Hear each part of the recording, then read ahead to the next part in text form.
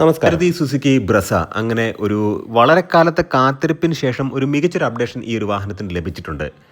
അതായത് നമ്മൾ ഓൾറെഡി മറ്റൊരു വീഡിയോയിൽ പറഞ്ഞതാണ് 2026 ജൂലൈ 24 ഈ ഒരു വാഹനം ഒഫീഷ്യലി ലോഞ്ച് ചെയ്യും എന്നുള്ളത്. പക്ഷേ വാഹനം ലോഞ്ച് ചെയ്തിട്ടുണ്ട്, എഞ്ചിനിൽ കാര്യമായിട്ടൊരു വ്യത്യാസം വന്നിട്ടുണ്ട്. അതായത് 1 ലിറ്റർ ബൂസ്റ്റർ ജെറ്റ് എഞ്ചിൻ ഈ ഒരു വാഹനത്തിൽ ഇൻട്രൊഡ്യൂസ് ചെയ്തു എന്നുള്ളതാണ് ഏറ്റവും പ്രധാനപ്പെട്ട കാര്യം.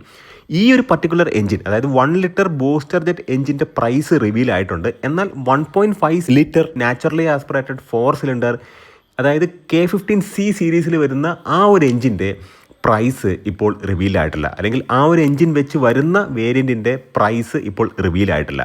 തീർച്ചയായിട്ടും ഈ ഒരു കോണ്ടന്റ് ഉപകാരപ്രദമാകും എന്ന് വിശ്വസിക്കുന്നു. കാരണം ഇത്തരത്തിൽ കോമ്പാക്ട് SUV വാഹനങ്ങൾ എടുക്കാൻ ആഗ്രഹിക്കുന്ന ആളുകൾ ഷോർട്ട് ലിസ്റ്റ് ചെയ്യുന്ന ഒരു വാഹനം ബ്രസ തന്നെയാണ്. തീർച്ചയായിട്ടും ഈ ഒരു കോണ്ടന്റ് ഉപകാരപ്രദമായെങ്കിൽ നമ്മുടെ ചാനലിനെ സപ്പോർട്ട് ചെയ്യണം, സബ്സ്ക്രൈബ് ചെയ്യണം, മാക്സിമം ലൈക്ക് ചെയ്യണം, ഷെയർ ചെയ്യണം, കമൻറ്റ് ചെയ്യണം. എഞ്ചിൻ ബേയുടെ മറ്റൊരു വ്ലോഗിലേക്ക് ഏവർക്കും ഹാർദമായ സ്വാഗതം. ഫസ്റ്റ് ഓഫ് ഓൾ, ഏറ്റവും പ്രധാനപ്പെട്ട ചേഞ്ച് നമ്മൾ പറഞ്ഞതുപോലെ തന്നെ ബൂസ്റ്റർ ജെറ്റ് എഞ്ചിൻ ഈ ഒരു വാഹനത്തിലേക്ക് കൊണ്ടുവന്നു എന്നുള്ളതാണ്.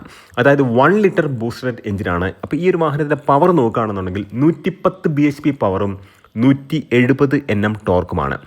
ആ ഒരു വേർഷൻ്റെ എക്സ് ഷോറൂം പ്രൈസ്, അതായത് ഇപ്പോൾ റിവീൽ ചെയ്തിട്ടുണ്ട്, 7,40,000 രൂപയാണ്. എന്തുകൊണ്ടാണ് 7,40,000 രൂപയ്ക്ക് ബൂസ്റ്റർ ജെറ്റ് ടർബോ എഡിഷൻ അവർക്ക് ലോഞ്ച് ചെയ്യാൻ കഴിഞ്ഞത് എന്ന ചോദ്യത്തിന് ഉത്തരം, അവർക്ക് തീർച്ചയായിട്ടും GSTയുടെ ബെനിഫിറ്റ് ലഭിച്ചു എന്നുള്ളതാണ്. അതായത് 4 മീറ്ററിന് താഴത്തേക്ക് ലെങ്ത്ത്, 1200 cc താഴത്തേക്ക് എൻജിൻ കപ്പാസിറ്റി ഉണ്ടെങ്കിൽ മാത്രമാണ് ഈ 18% GST അപ്ലിക്കബിൾ ആവുകയുള്ളൂ. അതിൻ്റെ മുകളിലേക്ക് പോയി കഴിഞ്ഞാൽ, അതായത് ഈ ഒരു വാഹനത്തിന് 1.5 ആണല്ലോ, അപ്പോൾ അങ്ങനെ നോക്കുമ്പോഴത്തേക്കും നിലവിൽ 1.5 ആയിരുന്നു. അപ്പോൾ അങ്ങനെ നോക്കുമ്പോഴത്തേക്കും ആ ഒരു GSTയുടെ ബെനിഫിറ്റ് ഇവർക്ക് കിട്ടുന്നുണ്ടായിരുന്നില്ല. ഏകദേശം ഒരു 42-43% GST വരുന്നുണ്ടായിരുന്നു. GST റിഫോമിന് ശേഷം ഒരു 40% GST അവർക്ക് വരുന്നുണ്ടായിരുന്നു.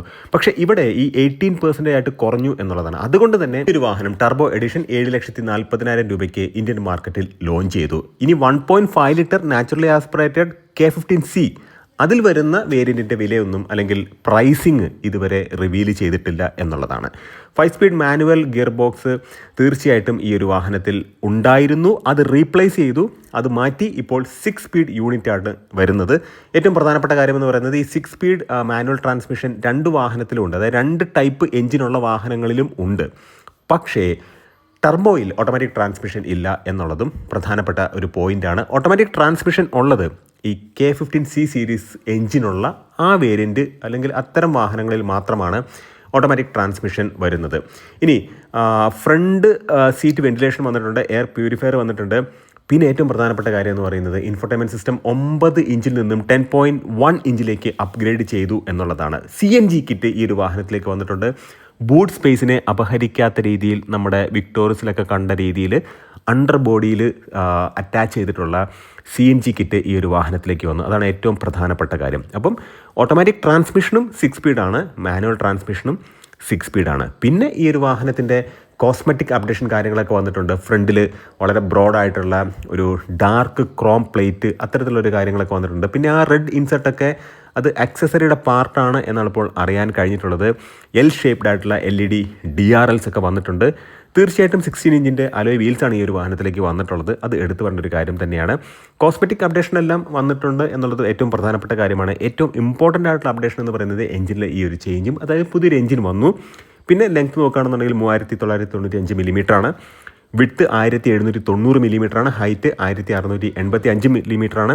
വീൽ ബേസിലേക്ക് വരുമ്പോഴത്തേക്കും 2500 മില്ലിമീറ്ററാണ്. അപ്പോൾ അങ്ങനെ നോക്കുമ്പോഴത്തേക്കും വാഹനത്തിൻ്റെ സൈസിലും, അല്ലെങ്കിൽ height, width, wheel base, length, ഇതിലൊന്നും കാര്യമായിട്ടുള്ള വ്യത്യാസം വന്നിട്ടില്ല. ഇൻറ്റീരിയർ നോക്കുകയാണെന്നുണ്ടെങ്കിൽ ഒരു കോഫി ബ്രൗൺ ഫിനിഷും ബ്ലാക്കും കലർന്നിട്ടുള്ള ഇൻറ്റീരിയറാണ്. ഡീ കട്ട് സ്റ്റിയറിംഗ് വീൽസൊക്കെ വന്നിട്ടുണ്ട്. ഫ്രണ്ട് പാർക്കിംഗ് സെൻസറുണ്ട്, 360 ഡിഗ്രി ക്യാമറയുണ്ട്. മറ്റൊരു പ്രധാനപ്പെട്ട കാര്യമെന്ന് പറയുന്നത്, ഭാരത് NCAPൽ ഈ ഒരു വാഹനം 5 സ്റ്റാർ റേറ്റിംഗ് നേടി എന്നുള്ളതാണ്.